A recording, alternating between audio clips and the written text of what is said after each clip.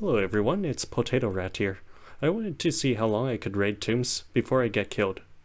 Of course, we're not going to do that in real life, since that is both illegal and probably unethical. So instead I booted up Tomb Raider so we could do some tomb raiding. I was pretty indecisive about picking out the difficulties, but in the end I decided the most appropriate one would be an easier mode, just to give me a better chance at surviving to the end of the game.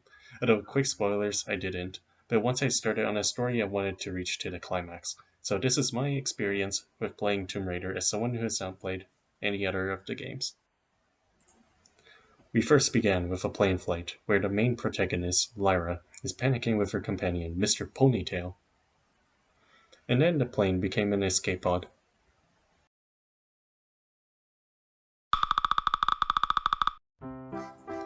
We actually start in a cave, not too unlike how I live, and also I struggle to free myself from a rock.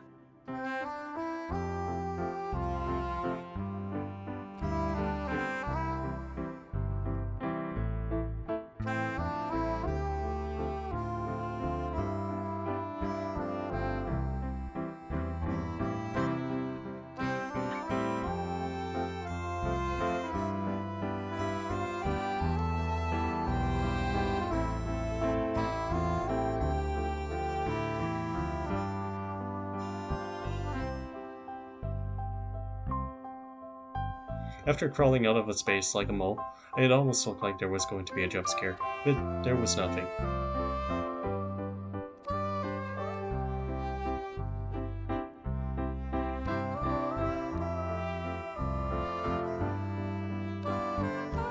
I got to be honest with you guys, I hate the idea of underground caves. It's dark and far from any semblance of society unless there is a secret race of rats hiding. Also, I just don't enjoy dead bodies.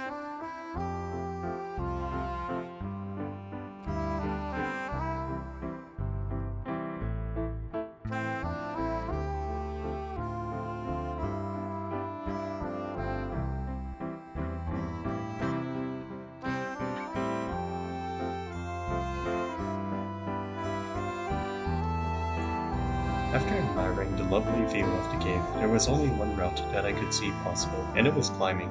It didn't take long before I almost scared myself. So yeah, even though it was technically a tutorial, I was prepared for a stressful time, especially when the tomb was already inside. I was expecting there to be some kind of boss fight or something going on that would probably get me killed too early. But then it turns out it was nothing more than just cutscenes, with Laurel taking in the view of everything except for the sus device. Oh, and her buddy caught up somehow. Oh, and the cave started to collapse too. My favorite part of this whole segment is that Lana just continues to take pictures, which is fair. It's not every day you get to capture a near-death experience.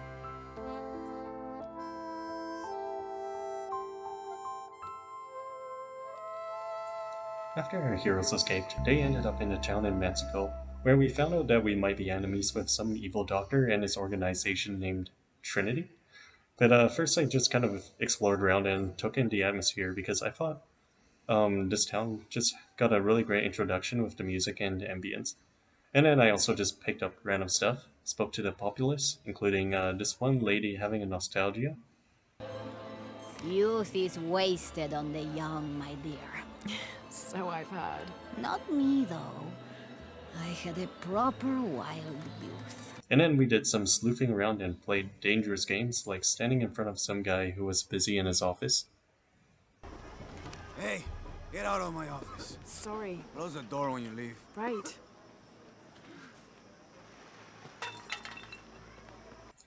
Yeah, he's got a great office space going on.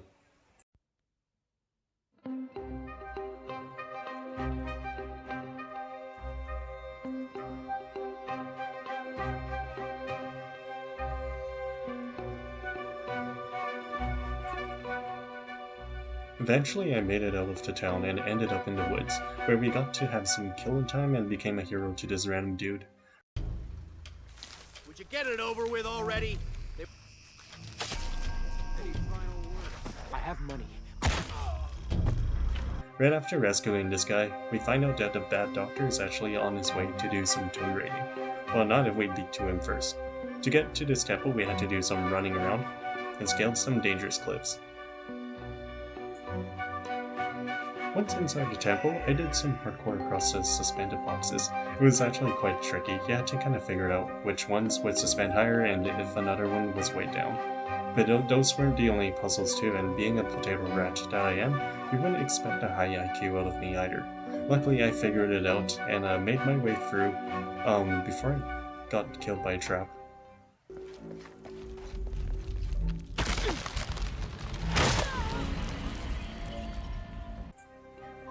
Actually, this wasn't my first death. You see, I kind of skimmed over the part before I made it into the temple because of how embarrassing it was. I missed my jump, which kind of looked like this.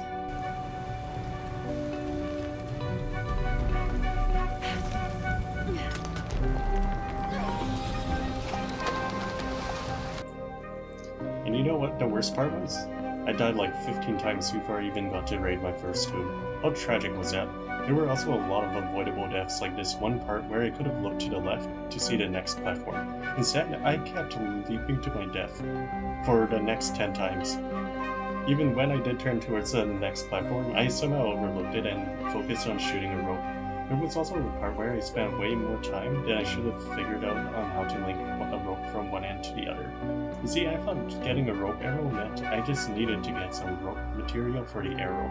So I kept looking for the rope wrapped furthest away from the wood pole to shoot at. And that also took another 20 minutes there, which I am not going to put the entire video in.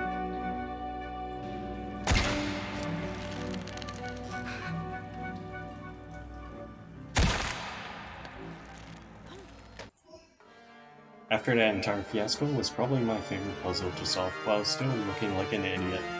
There was this rope that was attached to this contraption that allowed you to spin this floor. There was also a wagon that could be pushed onto the wheel. What was the objective? It was to get the wagon to crash into a wreckage that was blocking the next platform. Well, it took me a while to realize at first because I was fascinated by spinning the wheel and I didn't realize I was supposed to clear a wreckage.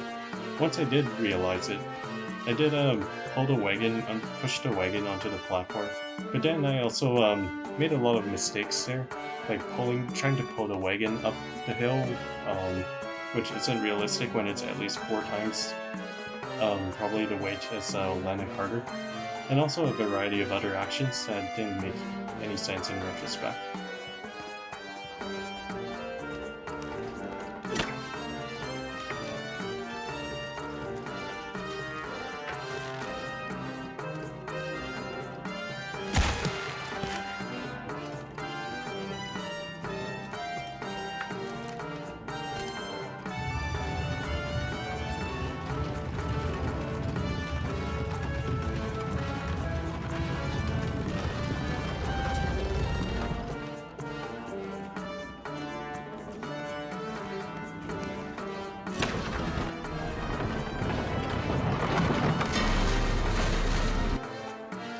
And then, we finally made our way to the center of the tomb. We find a Mayan myth drawn on the wall warning of Cataclysms. A tsunami. A storm. An earthquake. Volcanic eruption. We can't let Trinity get hold of this. Let's think this through. Shit! Lara, Trinity guards are coming your